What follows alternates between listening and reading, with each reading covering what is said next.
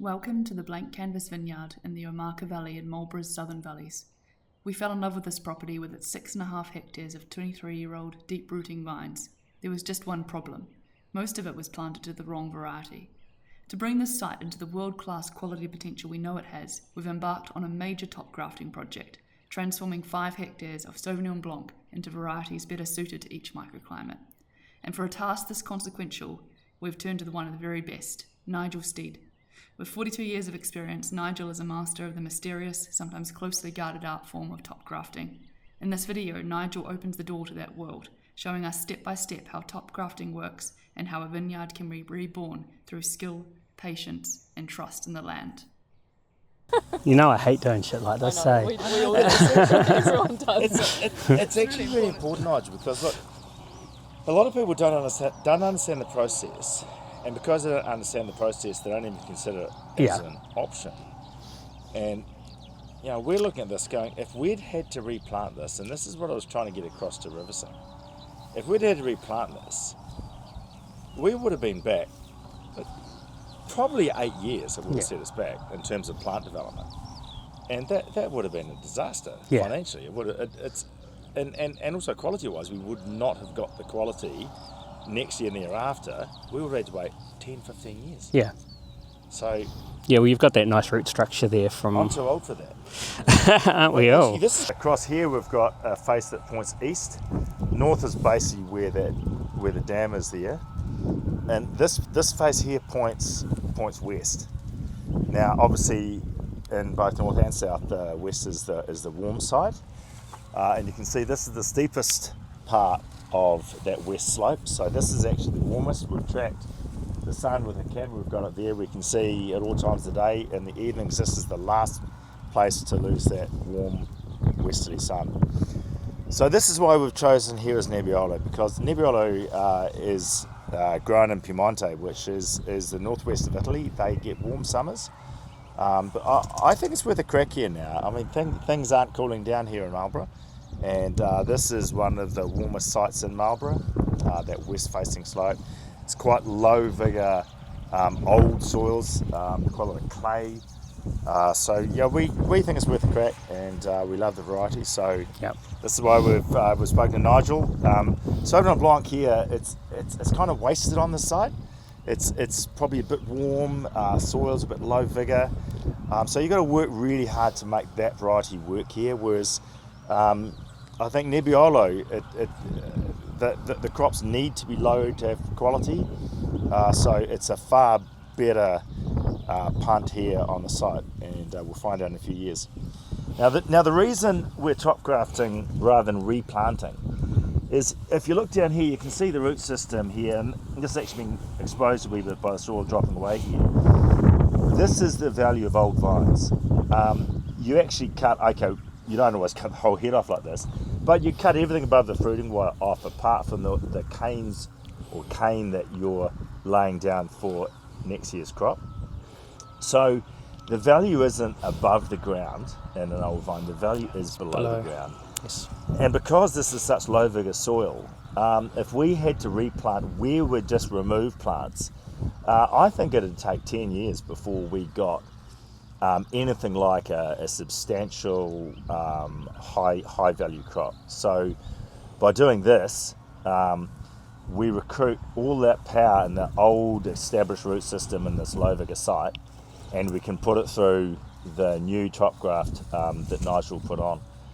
And coming back to what Nigel was pointing out before, these vines all have grafts. We got phylloxera in Marlborough. I remembered I was actually here in the early 90s, and before that we'd planted vines, just those sticks in the ground and the root, and away you go. But phylloxera, it's an American subterranean mite-like creature that sucks the life out of those European-based vines on own roots.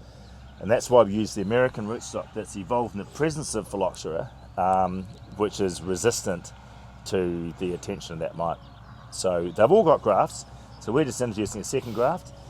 Now, why do we approach Nigel? Well, our Reed Chardonnay was grafted. We had a first crop there in 2018, and Nigel grafted that. I think he said Christmas Day. You're Yeah. there grafting, and we are so happy with the performance of that wine. It's a fantastic wine.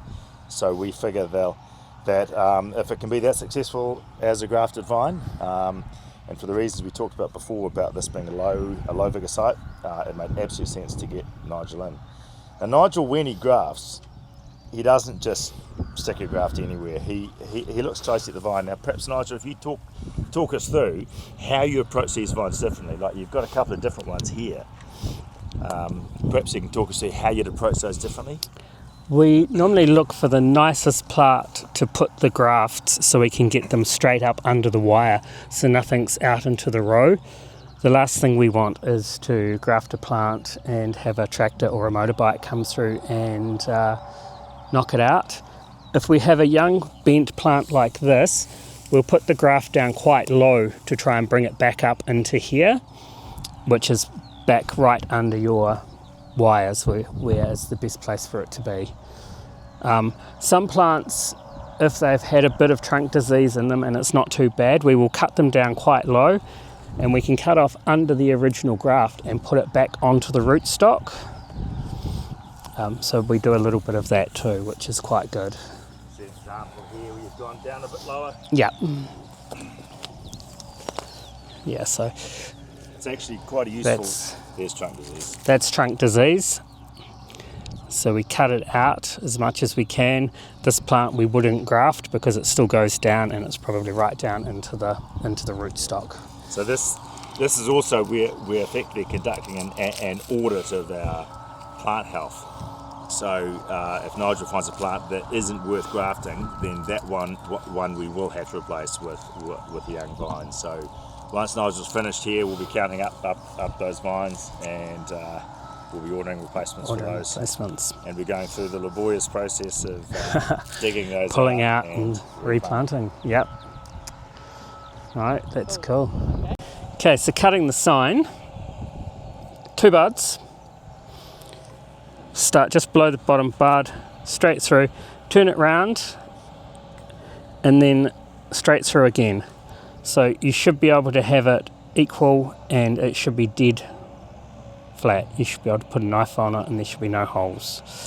No curves. Yeah, so that makes sense. It looks very easy to do. Yeah, but most takes people lots have a of big curve practice. That wouldn't actually have an airspace. Or lacerations to the chest. Yep. Yeah. So so the knife is flat one side and curved the other. Right. So you get a flat cut. Yeah. So you actually turn the knife around. You cannot use the other side of the blade. No. Yeah, I see. Yeah, so definitely get a flat cut. Okay, so we'll chuck those in some water. You So made that blade, didn't you? No, it's proper chef's knife. Yeah. But then you put this Put on. a handle on it. So cut it off. So it's super sharp. It looks like a German. Yep, German it is a German knife. Yeah, it looks like. Yep. Try it, is And it? the fatter you can get them along here, the better, so they can't bend. Okay. Wow. That's So you don't want a very knife bending because then your cuts will bend. and it has to be straight. Everything has to be everything straight. mates, and there's no airspace. Yep. Cutting, slight angle, straight down, and then push your hand back. Take any bark off that's around it. The same here. So you want to take the bark off so you can match the graft properly when you put it in. So this is the one I said that's on an angle, so we'll put one graft in. We'll try and put it down here so we can get it back up under the vine again. So the reason that's down here is because out here will be too far out into the road. So if I bring it down, we bring it close to the centre line. Yep. And it's inside rather than outside to again bring it back into that centre line. Okay, so we'll just do one more and then we'll place some.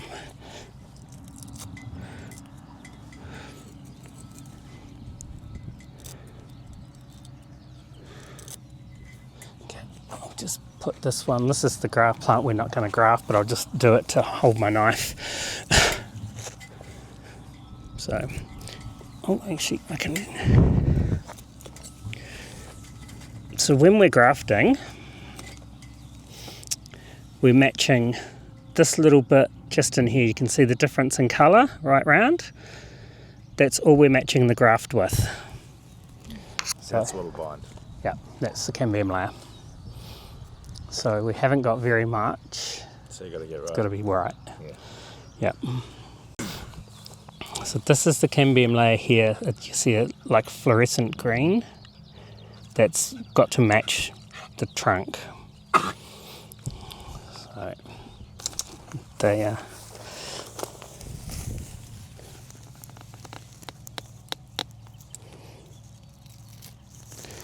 So you want the top just in, that needs to go on a fraction further, so there's no green showing. And your point at the bottom has to be flush, so the cambium's all matched up.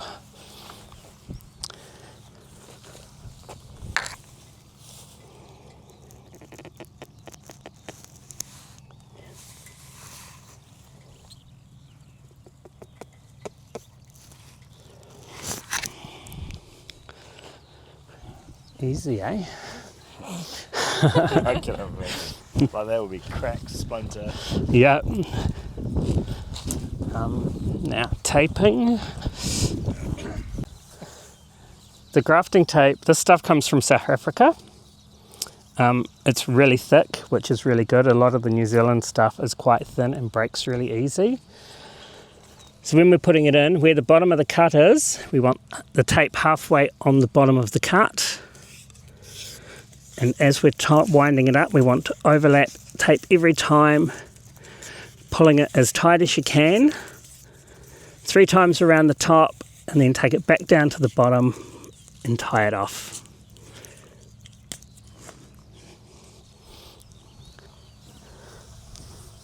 So that's the secret to South African rugby, is the tape strong. Yeah, probably.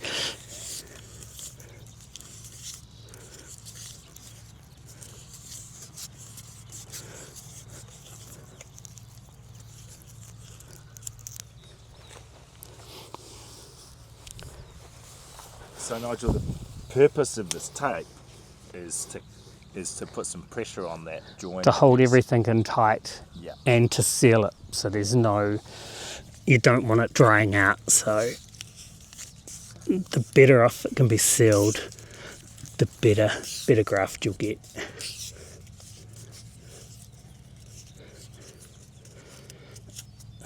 So we do that, and then we paint them. Okay, so this is what we use. So it's a water-based bitumen rubber. It's not nice getting it on yourself or your clothes because it never comes off. It's reasonably environmentally friendly, I remember. Yeah, it is. Yeah. So painting's very easy. On your brush, push it down. Try not to get too much on the buds and completely seal it. Paint the top of the trunk and the top of the trunk if it's dry. And that's that.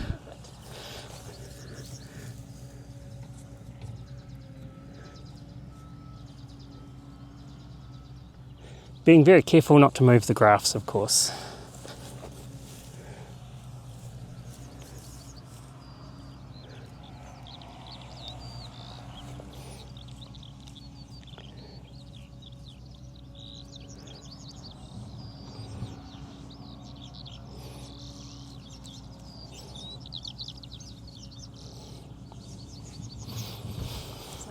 Perfect. Except just to talk a little bit about the scale here, Nigel. We're doing a total of 5 hectares. Yep. Some we've got to wait for more budwood for the Nebbiolo, but the total number of plants here is actually 21,000. So Yep. what he's just done, Nigel does 21,000 times, just to put things in perspective as to the task. Yeah. And it's not flat country. It's definitely not flat country. It's steep country. Yeah. But the upside is we get a view. Yes, a very, very nice view. Yep. And we get fitter. Yeah. Who needs a gym membership? Yeah. Yeah. No, it's good, and it's it's going to be a very nice little block. Yeah, it's special. Yeah. Yeah.